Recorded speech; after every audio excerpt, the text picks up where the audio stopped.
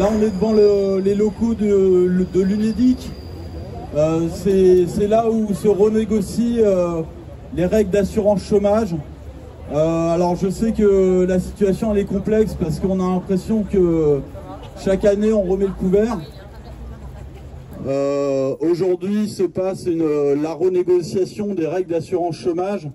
C'est l'année dernière, à peu près à la même époque, on était 1000 à rejoindre le cortège dans un contexte relativement similaire.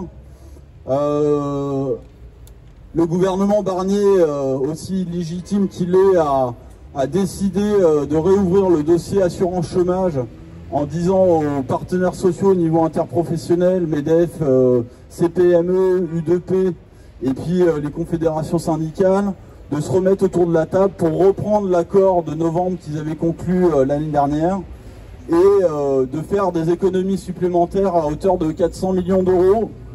Donc on est dans une situation encore de négociation sous pression de l'État qui demande encore une fois des économies sur le dos des chômeuses et des chômeurs.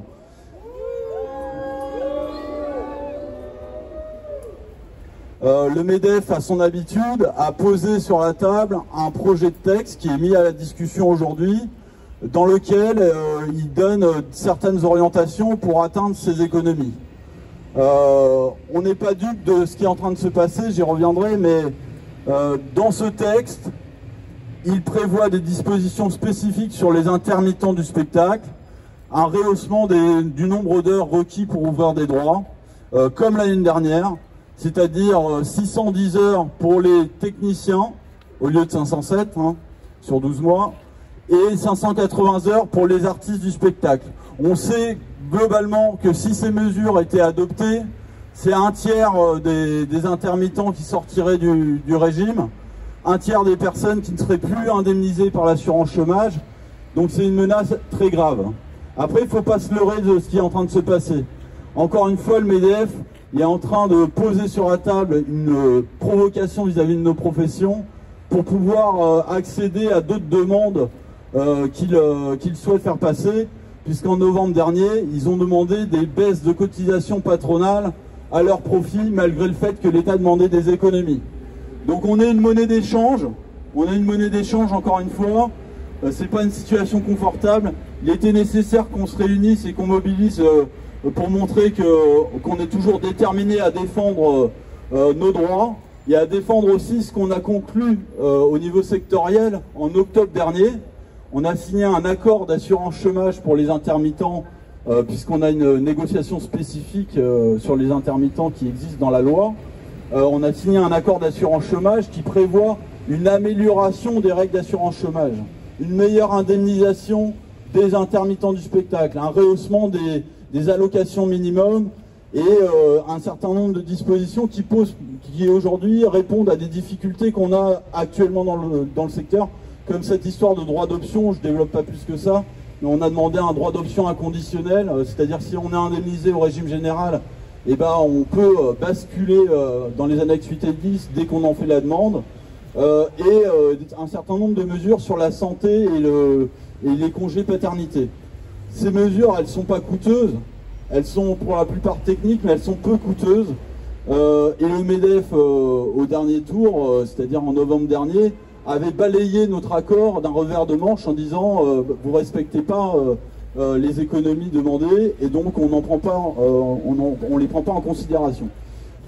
Ce qui est en train de se passer là, c'est aussi grave pour les privés d'emploi, pour les chômeuses et les chômeurs qui sont au régime général. Alors sans parler dans la technique, ceux qui sont au régime général, on les connaît bien, il y a les saisonniers, il y a les intérimaires, il y a les pigistes, et tout un tas de personnes qui structurellement ont besoin de l'assurance chômage pour vivre. Les règles actuelles sont tellement dures que la plupart d'entre eux ne sont pas indemnisés. Aujourd'hui, 6 chômeurs sur 10 ne sont pas indemnisés par l'assurance chômage. Donc on a un système qui n'est pas satisfaisant de ce point de vue-là.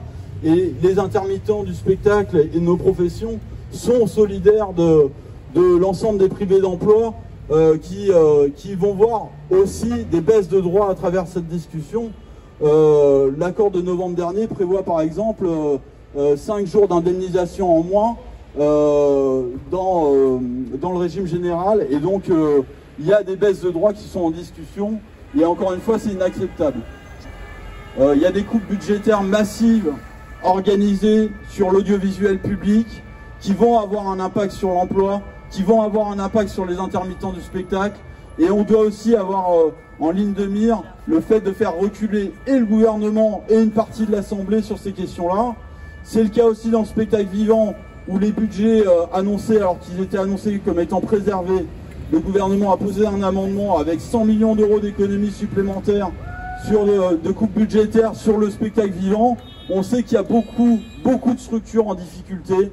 Il y a des collectivités territoriales qui se désengagent aussi dans le financement de la culture. Beaucoup de compagnies sont en difficulté, beaucoup d'intermittents n'arrivent plus et d'artistes n'arrivent plus à boucler leur fin de mois. Et il faut qu'on arrive à lier ces deux luttes qui sont celles du travail, celles de vivre de nos métiers et celles de défendre une protection sociale à niveau qui nous permette de vivre de nos métiers aussi.